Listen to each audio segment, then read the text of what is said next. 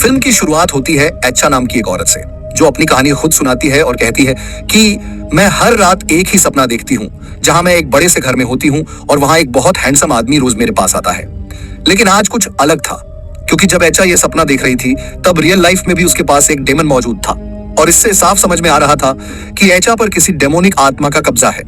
रात में जब उसका हस्बैंड घर लौटता है, एचा की आंखें खुलती हैं और वो खुश तो होती है लेकिन साथ ही नाराज भी, क्योंकि उसका हस्बैंड हर रोज बहुत लेट घर आता है। एचा गुस्से में कहती है सब चीजें सही जगह पर रखो। वो रख भी देता है, लेकिन तभी हम देखते हैं कि एक डेमोनिक हाथ वो सारी चीजें इधर उधर फेंक देता है ताकि एचा को गुस्सा आए। और फिर वही होता है, एचा और उसके हस्बैंड के बीच झगड़ा शुरू हो जाता है। गुस्से में उसका हस्बैंड बिना खाना खाए घर से निकल जाता है। अगले दिन ऑफिस में एचा अपनी फ्रेंड को अपनी टेंशन बताती है। उसे लगता है कि उसका हस्बैंड अब पहले जैसा नहीं रहा, वो उसे अटेंशन नहीं देता। तो उसकी फ्रेंड उसे समझाती है, तू भी तो अब पहले जैसी नहीं रही, न तू उसके लिए सजती है न प्यारी बातें करती है, आज रात जरा उसके लिए अच्छे से तैयार हो। उधर उसका हस्बैंड एरियल भी परेशान था। वो अपने सीनियर को बताता है कि एचा अब खुश नहीं रहती, तो सीनियर भी कहता है जाओ आज रात एचा से अच्छे से बात करो। रात को जब एरियल घर आता है तो एचा बहुत खूबसूरती से तैयार होती है। वो प्यार से बात करती है और आज का दिन दोनों के लिए बहुत अच्छा गुजरता है। जैसा एचा चाहती थी, एरियल उसे प्यार करता है। लेकिन इसी बीच हम उस डेमन को भी उनके आसपास मंडराते देखते हैं। खैर, जब एचा सो जाती है वो फिर वही सपना देखती है, वही हैंडसम आदमी।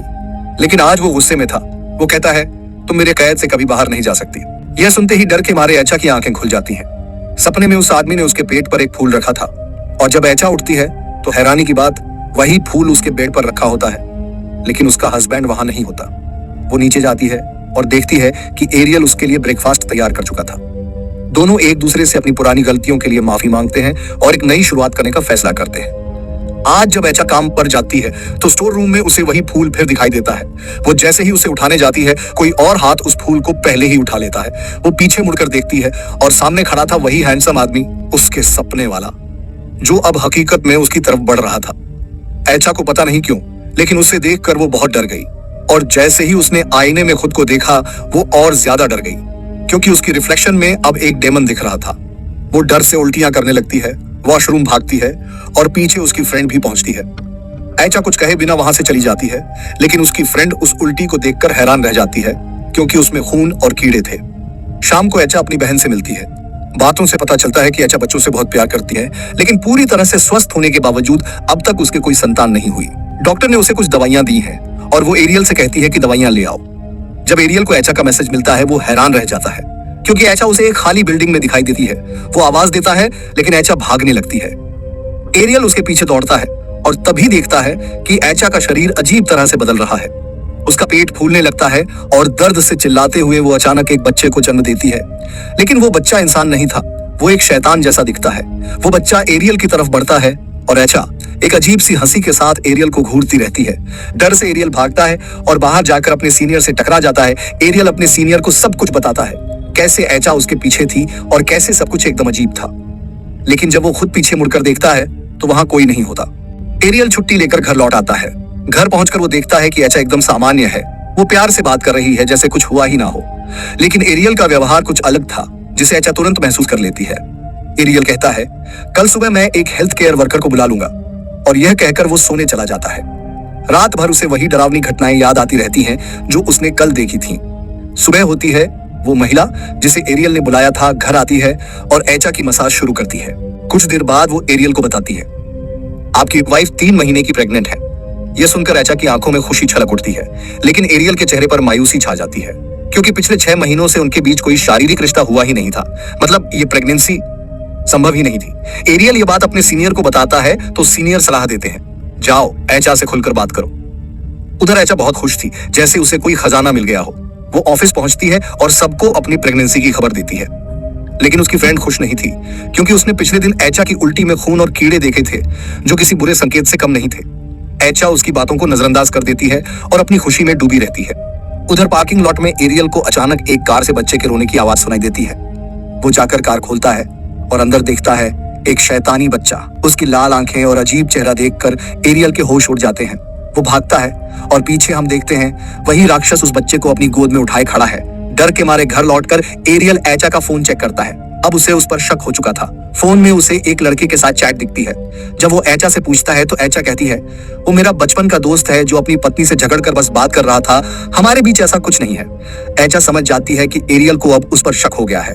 गुस्से में वो कहती है, ठीक है, कल हम लैब चलेंगे, टेस्ट करवाएंगे, मैं साबित करूंगी कि यह बच्चा तुम्हारा ही है। अगले दिन दोनों अस्पताल पहुंचते हैं, जहां डॉक्टर जांच के बाद बताते हैं एचा प्रेग्नेंट नहीं है।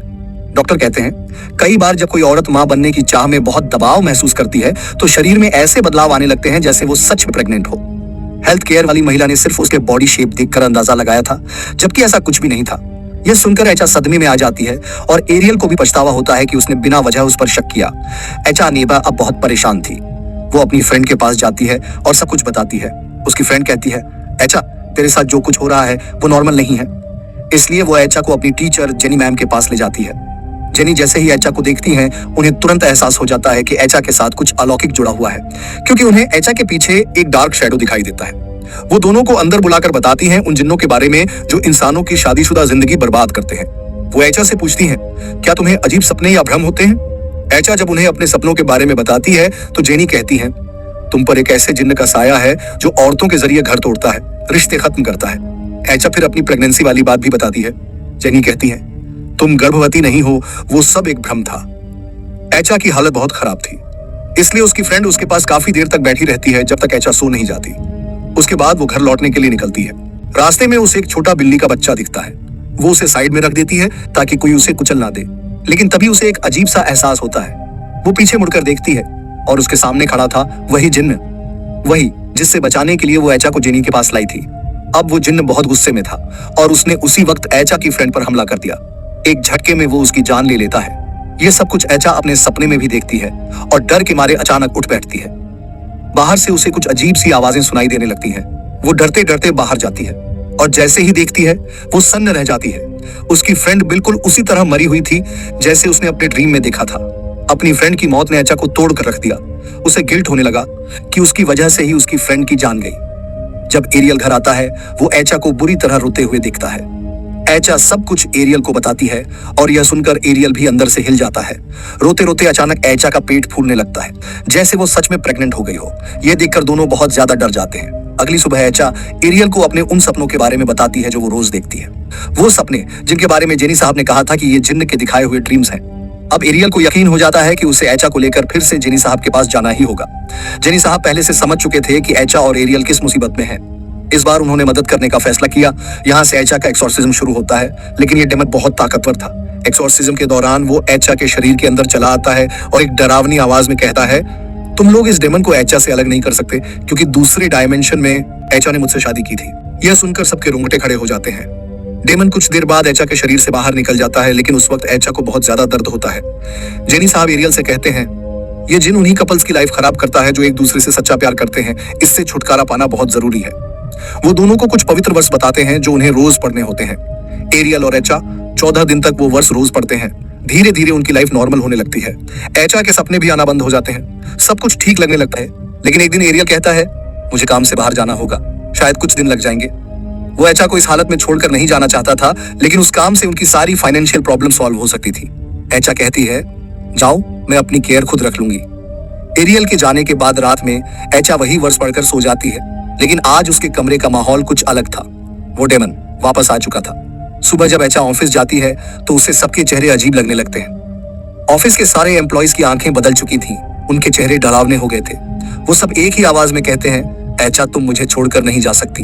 यह देखकर एचा बुरी तरह डर जाती है। रात में वो अपनी बहन को घर बुला लेती है और सब कुछ एरियल को बताती है।